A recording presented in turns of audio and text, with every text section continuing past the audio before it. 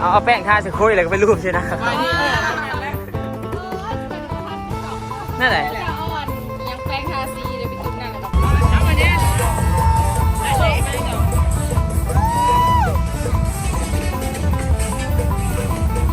หนาวเลย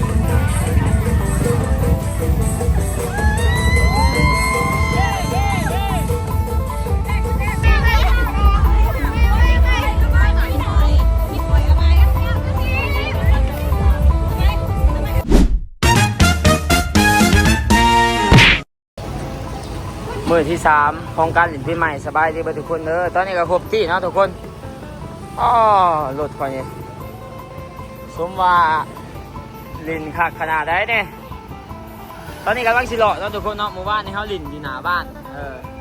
มื้อนี้กำลังสิเลาะมื้อนี้คอยสิเป็นคนขับรถให้เนาะสิเป็นคนขับรถให้บรรดาลูกๆลินยาโอ้เจ้าสีลินปีใหม่บ่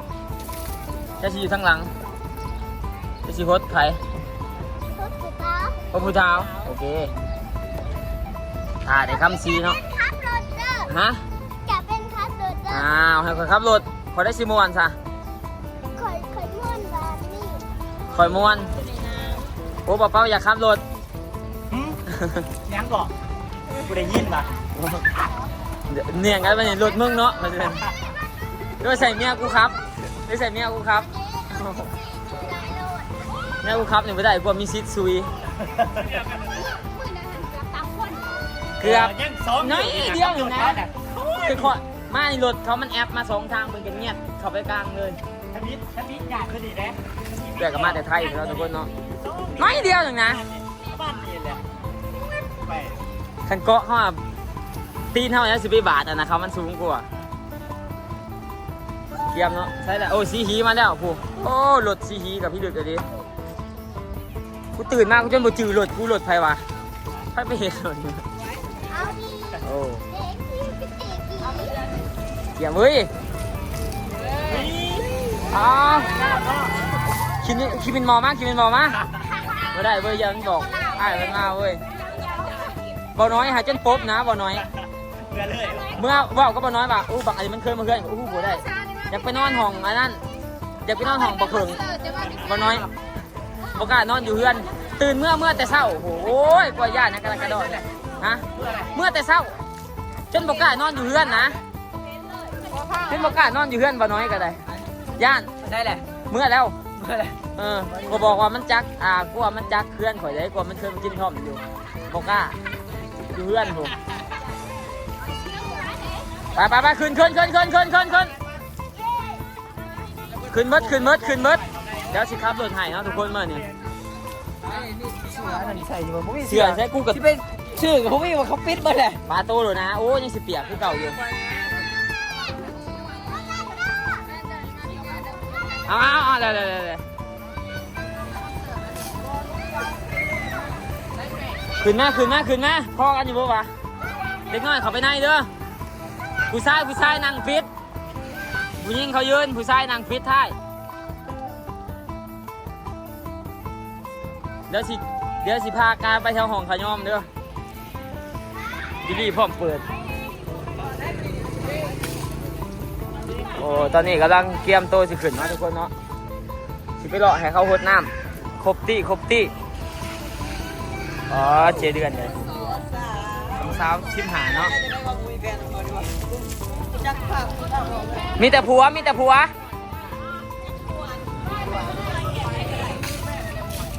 ้านแก้มมาได้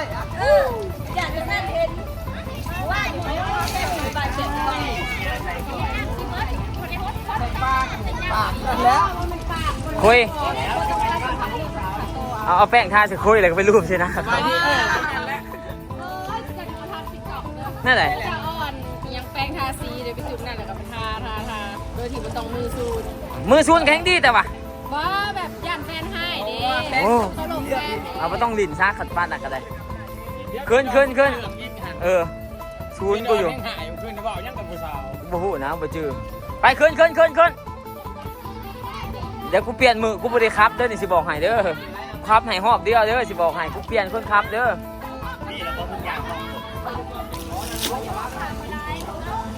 ลืมแป้งแล้วแป้งมาเลย ขึ้นนาก็ได้ขึ้นนางบอลนาก็ได้แต่บหันบ้างนี่นางบอลนี่น้ำก็ได้นี่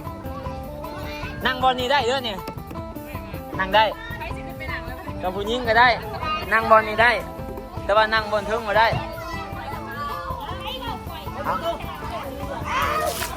ขึ้นเถิดสิคำเลยเนี่ย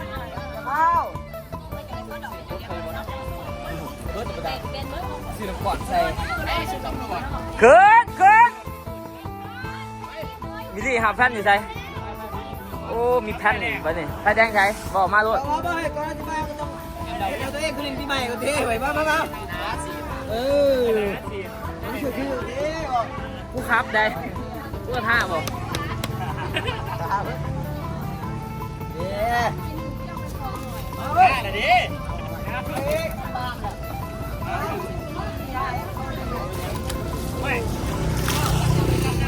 ขึ้นพ่ออยู่ปะวะ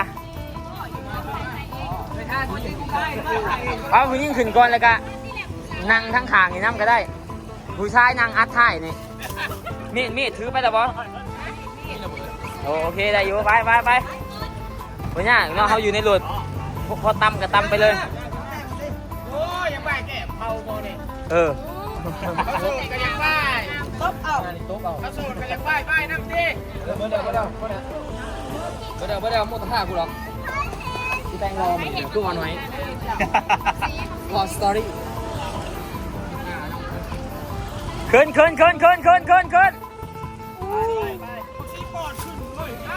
แน่เจลูกกูเห็นใครขับรถฟอร์ดเป็นวะขับเป็นบ่ บุหรี่ครับรถเดินเลย โอ้ตายแล้วนั่นนี่กะ เอาหอบเขาสิครับ เปลี่ยนกันพลหอบเด้อจะบอกให้เด้อเปลี่ยนกันพลหอบขึ้นตอนนี้ก็กำลังเกี่ยมเนาะกำลังสีพ่อกันหมดทุกคนคืออยู่ร้านเนี่ยเขาจะเล่นไปใหม่นั่งล้างกระบะแบบนี้เด้อทุกคนอุพอกันอยู่เขานั่งยังพอกันกว่ามันสิบพ่อกับกระติกฮะแหละนี่นะตัวดำๆนี่ได้ปะเพราะฉะนั้นเขายืนก่อนเอาขึ้นไปเอาต้องขึ้นเอา เพราะแต่อย่าป้ากันก็พอ ผู้ชายนั่งพิดท้ายเนี่ยก็ได้ อย่าเอ้ยนั่งทำมันสวนก่อนเลยขึ้นมา ขึ้น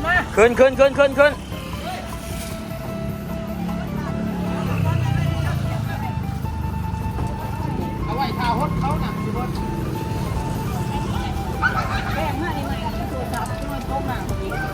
เสาเกตปลาตกวันนี้ได้คอนเสิร์ตจักยังไม่ได้ขึ้นคอนเสิร์ตให้ลูกอีก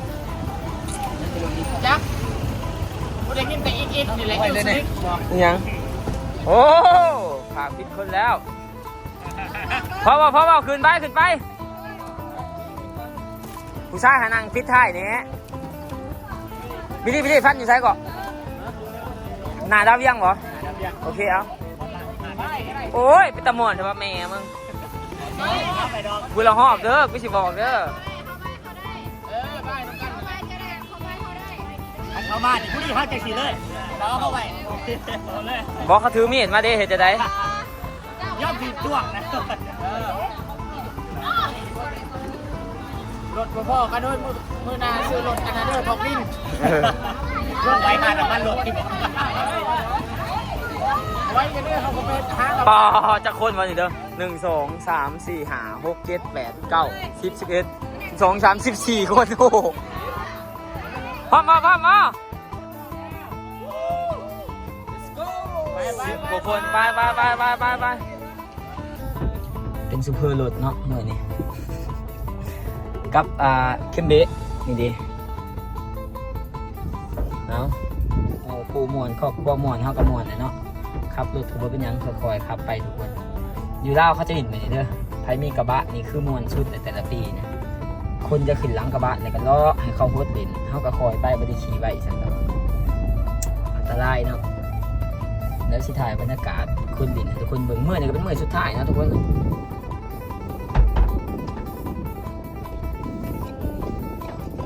ไปเดี๋ยวไปหับอีกคนหนึ่งก่อน มี15-16 คน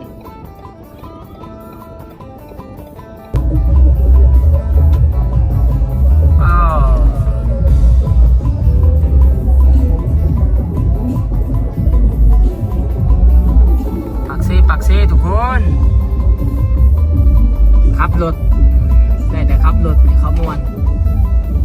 นี่อัพ3อัพ4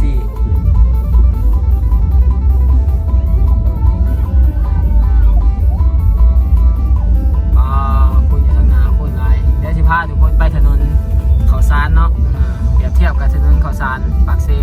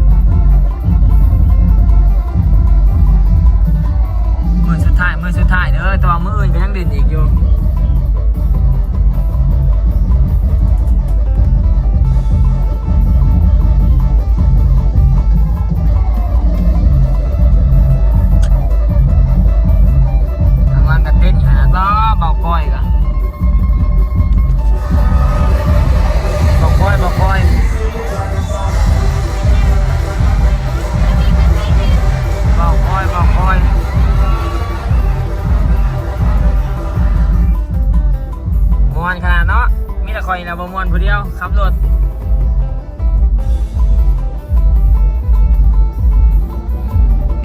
ตรงผู้สาวเต้นเนาะ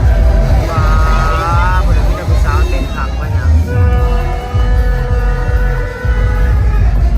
เสียงผู้สาว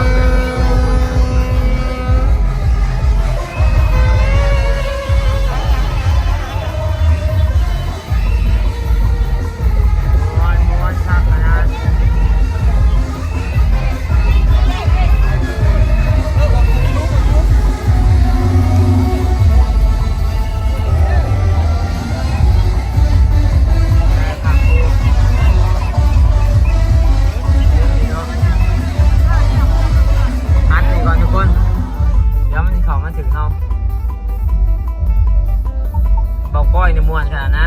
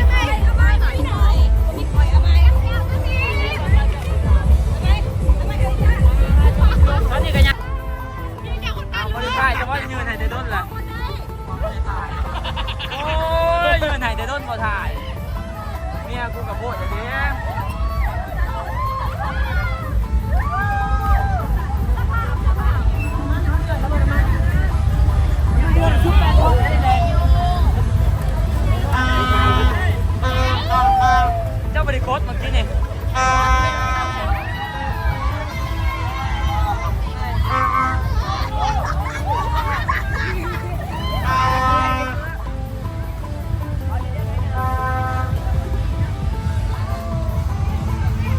ทำมาอีกวันนึง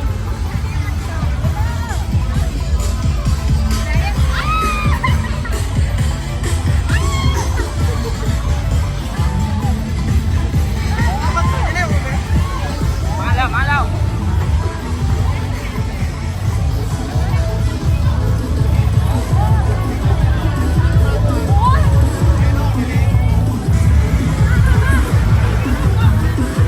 ทำสีกันไป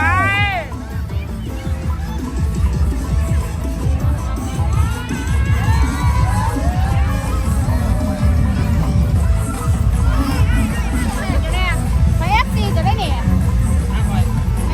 โอ้โหกระเป๋าเลยเนาะ นี่จะหลุดอย่างนั้น โอเค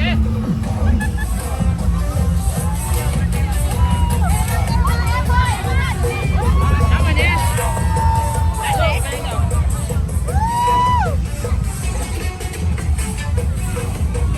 หนาวเลย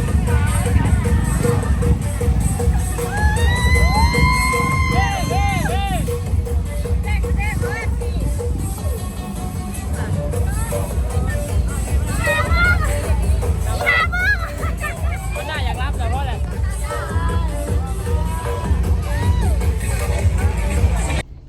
ตอนนี้ก็แล้วเนาะทุกคนเนาะพร้อมสิครับเปลี่ยนกันครับเปลี่ยนกับเบาเป่าครับตอนนี้ก็พวกมาซื้อของกินเนาะเอื้อยก็มาแต่ไทยเอื้อยแท้ๆข่อยนี่แหละตัวผู้อวบๆนะกำลังมาแต่ไทยก็เลยพากันไปดินนำกันเดี๋ยวเมื่อคืนจะที่ถ่ายคลิปต่างหากให้ทุกคนเบิ่งโชคดีปีใหม่เด้อทุกคนเด้อมวลร้ายเนาะอยู่ลาวโชคดีปีใหม่เด้อสำหรับใครที่เบิ่งคลิปนี้ขอให้ร่ำรวยอยู่ดีมีแหงเบิดทุกคนเนาะอายุมันคนยืนโชคมันร่ำรวยถือพาวเวอร์บอลถือเลขหลายๆเด้อบ๊ายบายทุกคนเจอกันคลิปหน้า บ๊ายบายบายบายบายบายบายบายบายบายทุกคน